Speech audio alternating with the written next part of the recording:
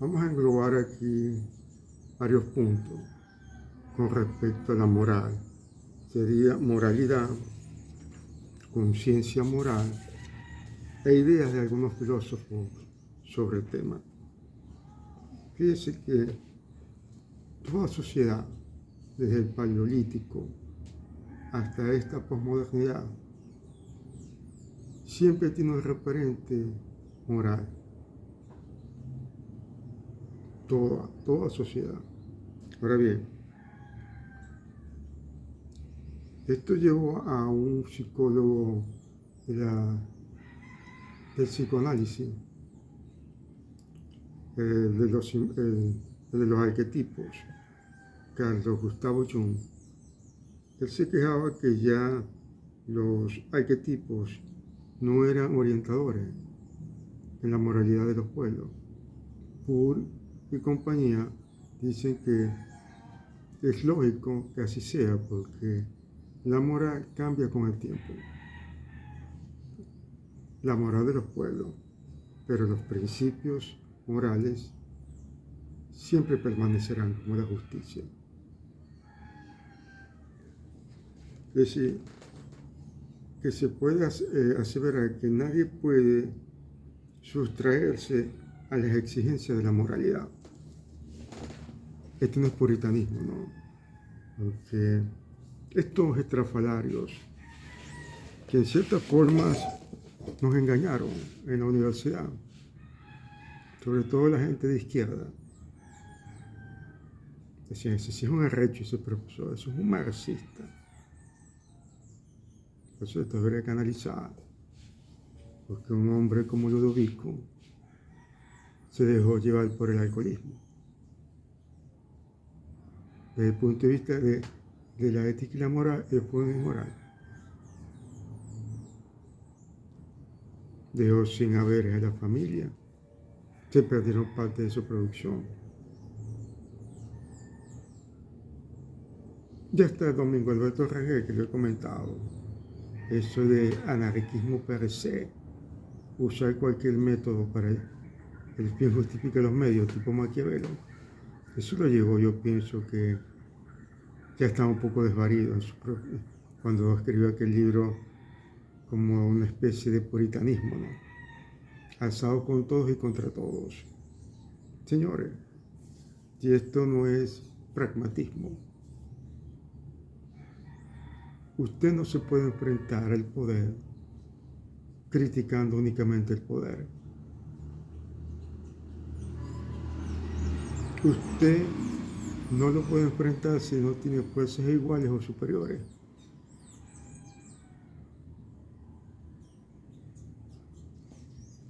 Bueno,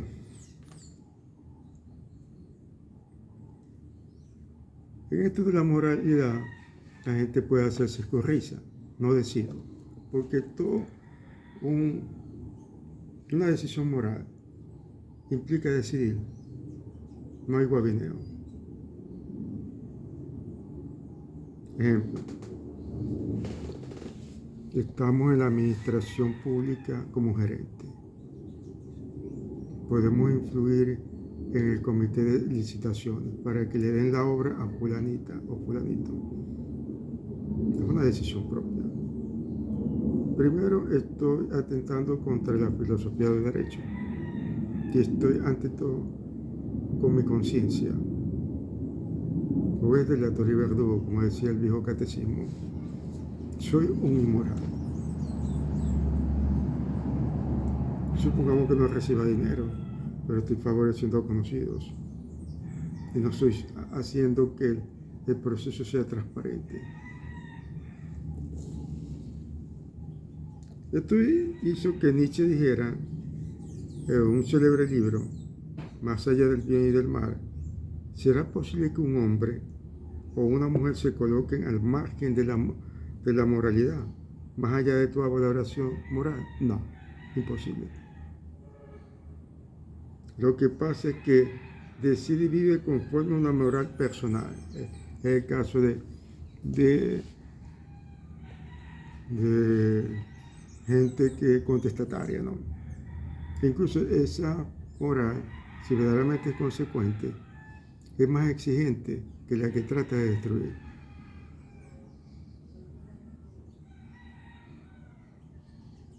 Entonces, no conformista, casi siempre más dura y obligante que la moral colectiva, que el grupo al que rechaza y combate. En el caso del lactante humano, el niño, el recién nacido, la valoración es instintiva, es valoración del animal, al paso que el hijuelo del Homo sapiens crece y se humaniza a fuerza de aprendizaje. Sus valoraciones ya no provienen solo del placer y el dolor. Lo que diría el psicoanálisis dice esto del superello.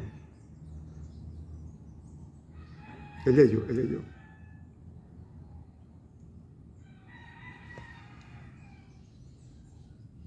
Sino que se extiende a lo que debe hacerse y a lo que está prohibido.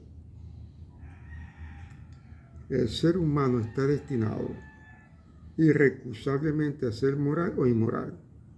No puede ser amoral, como lo es el animal.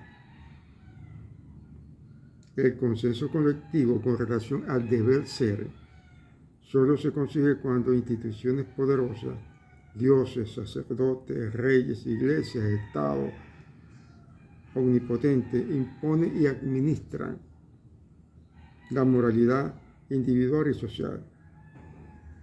Así que en sí la moralidad es una cuestión enteramente humana. Los hombres en sus interrelaciones de cualquier índole, sus relaciones grupales, no es nada metafísico.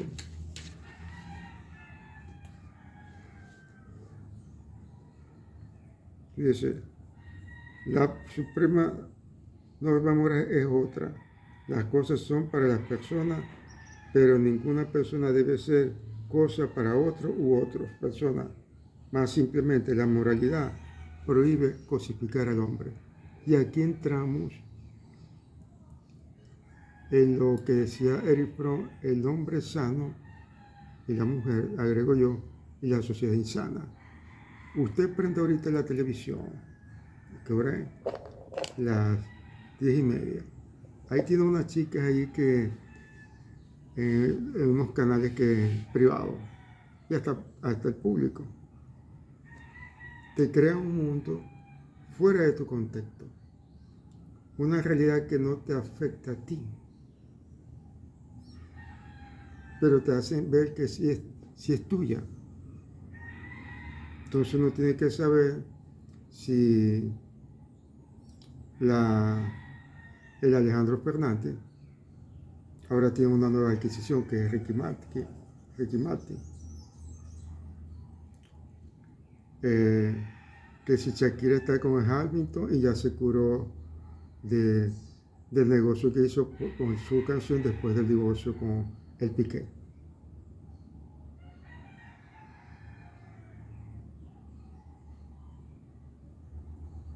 Y la vida privada de esa gente no nos interesa, no son nuestra competencia.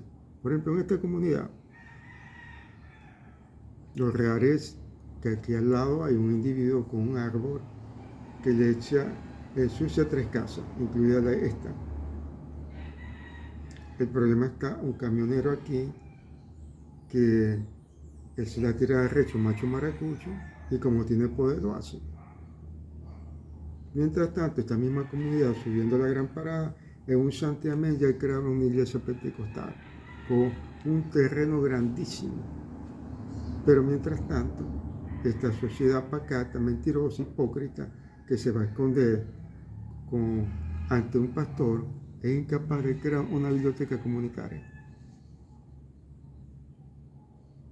Y ve al menesteroso, a una persona que vive solo y sabemos todos cómo vive, le dejan el diezmo al pastor para que se compre una wagonier o una de esas camionetas ron, qué sé yo, pero son incapaces de llevarle un plato de comida o un pasaje. Entonces nos hacen ver que si el concierto de fulanita fue un exitoso en Brasil, en Chile.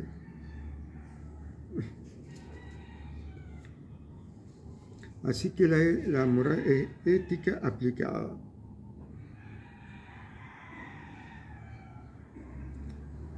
Ya lo de la conciencia moral, ante todo hay una conciencia psicológica, ¿no? La conciencia moral forma parte de esa conciencia psicológica, pero tiene sus diferencias, ¿no? Los antiguos no conocían ninguna palabra que expresara la llamada, lo que llamamos conciencia psicológica, pero se hablaban de conciencia moral. A ello se refería San Agustín, ¿no? Cuando habla sin más de conciencia. Es decir, es con saber gratificante o mortificante que caracteriza mucho de nuestros monitores personales. Desde entonces la conciencia psicológica se dice en alemán, bueno, que no nos interesa esto, ¿no? La conciencia psicológica se identifica con el mundo de cosas del sujeto. Existir, decimos en otro lugar, es ser consciente, es tener el mundo de cosas. Funciona humanamente. Ahora bien, mi conciencia moral no es sino uno de los aspectos de mi existir en mis cosas. El conocimiento intelectual es afectivamente neutro. La conciencia moral es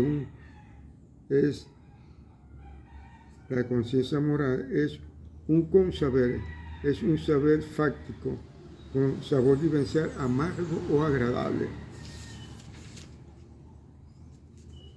Entonces aquí entran las diferenciaciones que hace el autor entre el remordimiento, ¿no? Ese sentimiento de culpa,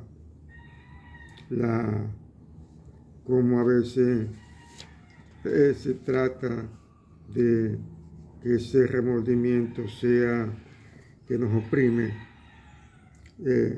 a través de mecanismos de compensación, como dirían los psicólogos. Lo dominante de la conciencia sean tal vez los elementos sentimentales, el remordimiento. Entonces caemos en el arrepentimiento, ¿no? Y confusos complejos activos de inferioridad, ¿no? Aquí hay una microantología de filósofos que han hablado sobre el tema. Caso de Montesquieu, 1689 a 1755. Montesquieu, con unas notas que fiché acá. Veamos. Montesquieu tiene varias obras, pero sobre todo El espíritu de las leyes. Para él, el concepto de justicia siempre será perenne, aunque no hubiera religión ni Dios, pues esta será eterna. Eterna. Y habla de una especie de bondad del hombre, ¿no?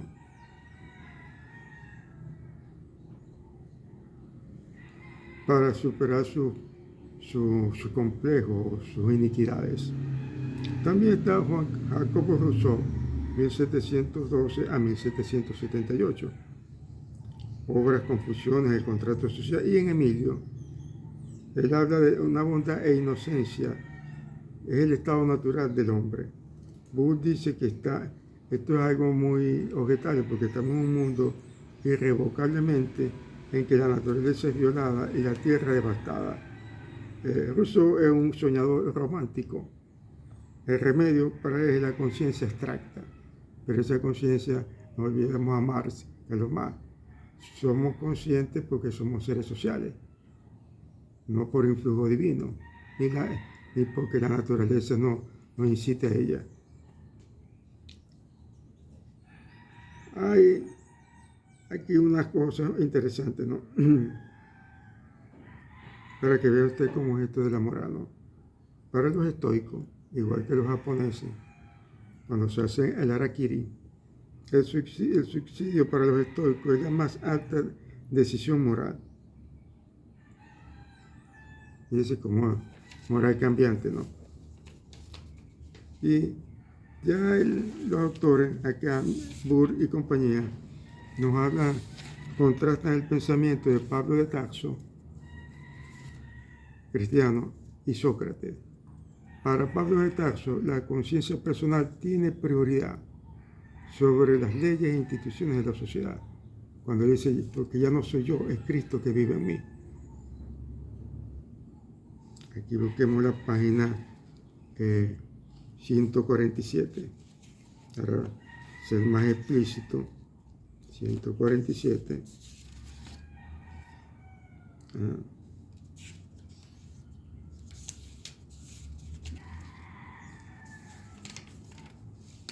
No se me perdió. Bueno. Por buena que sea una conciencia subjetiva, es posible que objetivamente sea mala. En cambio, hay un contraste, ¿no?, entre el escepticismo moral, bueno, yo no creo en la moral, ¿no?, escéptico, ¿no?, versus un ideal moral universal.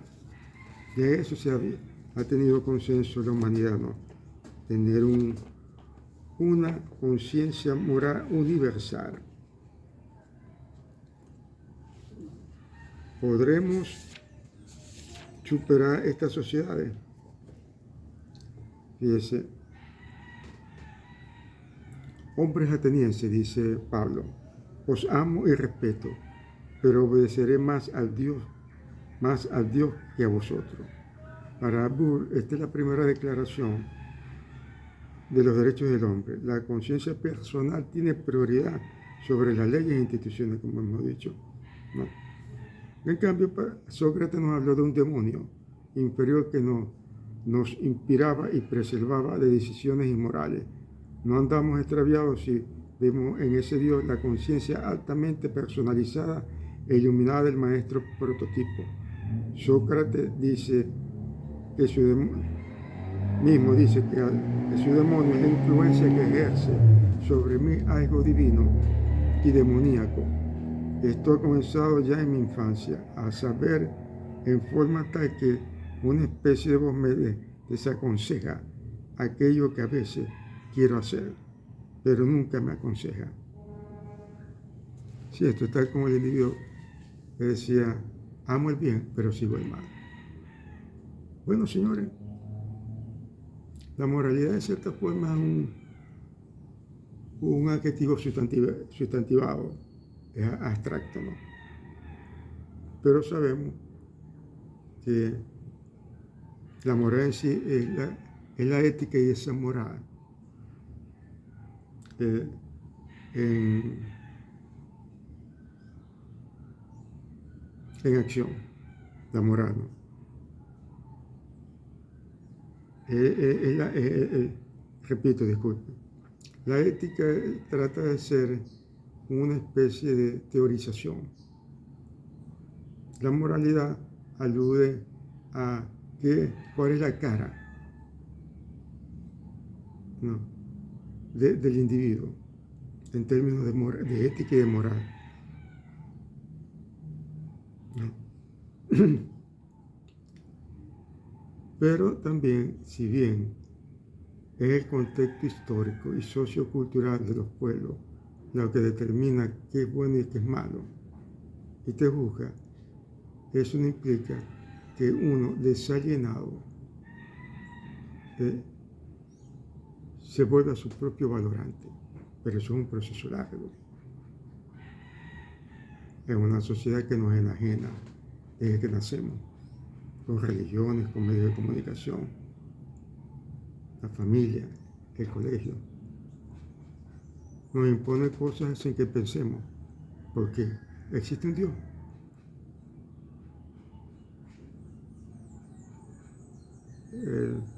¿Por qué el empresario se queda con el beneficio? Porque el Estado no tiene una política sobre la tercera edad y vemos ancianos y ancianas en la calle. Entonces, la falsa moral cristiana, pensamos que estamos limpiando nuestro corazón dando una limosna o un plato de comida. Señores, este es un tema interesante, pero la sociedad venezolana lo escamotea por su viveza criolla. Gracias.